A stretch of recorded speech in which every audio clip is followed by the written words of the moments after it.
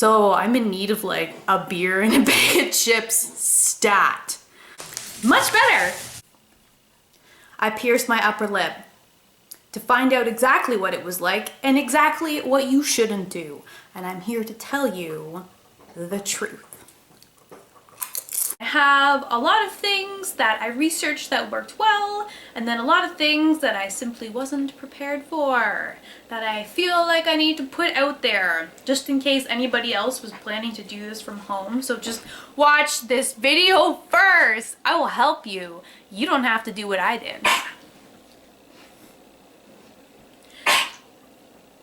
Buddy, are you okay? Excuse you? But if you must do it yourself at home, here are a couple things that I screwed up that I will tell you so that you don't have to screw up as well. The first thing is that you have to really think about the placement of your piercing. So I don't know about anyone else, but I have an embarrassingly asymmetrical face. So basically, my nose, the middle of my nose does not align with like the middle of my cupid's bow. And just based on the fact that I have like the skinniest, most barely there lips of life, I decided that I wanted my philtrum to be pierced closer to my lip than closer to the middle. You know, just to kind of try and work with the fact that I've got the thinnest lips of life and like can't afford Botox injections, so we're just gonna pierce my lip instead. So basically, I had to pierce my lip a little bit closer to the cupid's bow to make it look more symmetrical. But if you look at my face dead on, this looks like it's slightly to this side. If you look at it like this, it still looks slightly to this side. But if you look at it my cupid's bow, it might even be a little bit to this side. Okay? The next thing is that you have to make sure that you pierce kind of straight back. Do not pierce like this, and you probably shouldn't pierce like this either. You have to kind of pierce straight in order to get the back of the earring to not like chafe against your teeth and chafe against your gum line. It has to be up further, kind of more up by the frenum. That little piece of skin between your two front teeth, it's got to be more up in there. In order to not cause gum recession, because that sucks.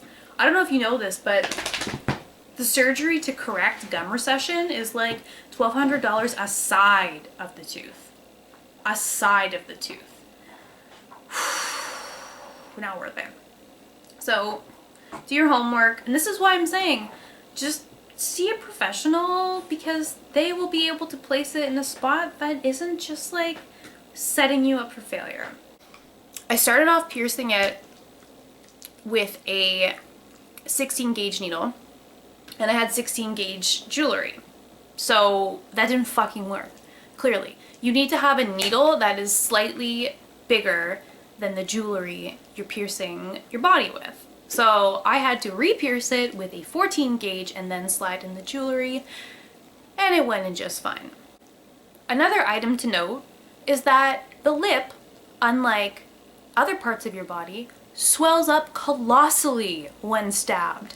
So by the time I was finished with my piercing, holy, I looked like I had lip injections, which was actually pretty cute because, again, I have basically the thinnest lips of life normally, and my upper lip is clearly still swollen. And so the actual piercing itself hurt like, oh, get out. Holy, it hurt so bad.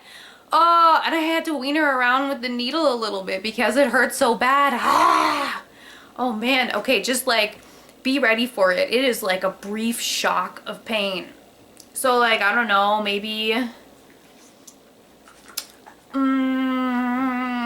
6 or 7 out of 10. And like you can feel that raw pinch, unlike your lobe where it's kind of like a dull ache, and unlike my belly button, which was also very much a dull ache. With the Medusa, with the philtrum piercing, you can really feel the needle gouging you, and it kind of sucks, but whatever, it's cute AF, so I did it anyway. I read this online and I ended up underestimating exactly how true this is, but oral piercings require a lot of aftercare. So basically, for the past 3 days, my lip has been mega hella swollen. So swollen that sometimes it's hard to talk. So swollen that the actual back end of my jewelry, which normally would be going straight into my gum line, my lip is swollen enough that it kind of comes down a little bit and knocks against my teeth, making them more sore too. I found that the best thing to do is just take an Advil and drink a lot of ice water during the day. I also found out that people with healed oral piercings are basically the cleanest, most hygienic people on the face of the earth. With an oral piercing, you need to brush your teeth and use antiseptic mouthwash after literally every time you eat anything that has anything in it except water and coffee. So I've been brushing my teeth like mad.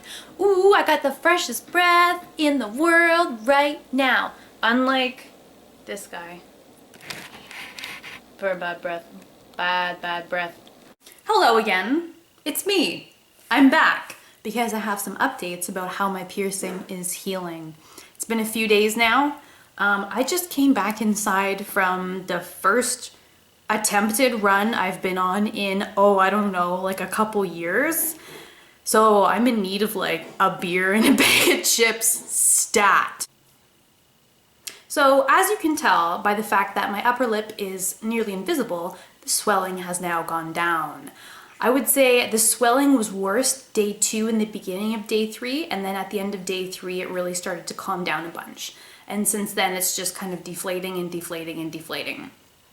I am getting a little bit of discharge from the piercing, which depending on the color could be normal. I understand clear discharge is normal, however, I got a little pus coming out of it, not gonna lie. So that would indicate that it was infected. I've been taking very fastidious efforts to try and keep this bad boy clean because I don't want to face infection. And I don't want to take it out because it hurt like a fucking bitch when I stabbed myself in the lip. My oral hygiene has been like this. After every meal I brush my teeth and I use an antiseptic mouthwash. And I floss my teeth twice a day. And then morning and night I also clean the piercing. So I brush the back of the earring that's in earring. I brush the back of the ring stud. Earring stud. I brush the back of the jewelry that's in my mouth with the toothbrush. And then I take a Q-tip with rubbing alcohol on it to the outside and kind of like, I push it out like that and then take the swab and then rub everything down to make sure there's no gunk and junk. I did do some reading online. Apparently you are not supposed to take out the jewelry during the healing process because the outside of the wound will start to heal faster, and if you're taking that piercing out, you're re-traumatizing the skin when it goes back in and hindering the healing process. So don't do that.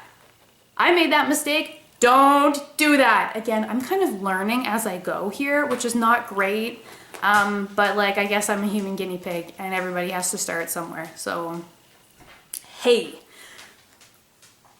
I'm trying to be safe. I'm still advocating for nobody doing this at home because like there's so much that goes into it. It's not like just stabbing a safety pin through your earlobe because like this is a totally different ball game. So friends, in conclusion, the Medusa piercing, hurts like none other, is extremely hard to take care of and also very technical to get done. But is it worth it? I say yes, because it is as cute as Oscar the Wiener Dog. Yes, it is. Okay, we're gonna go snuggle. Bye!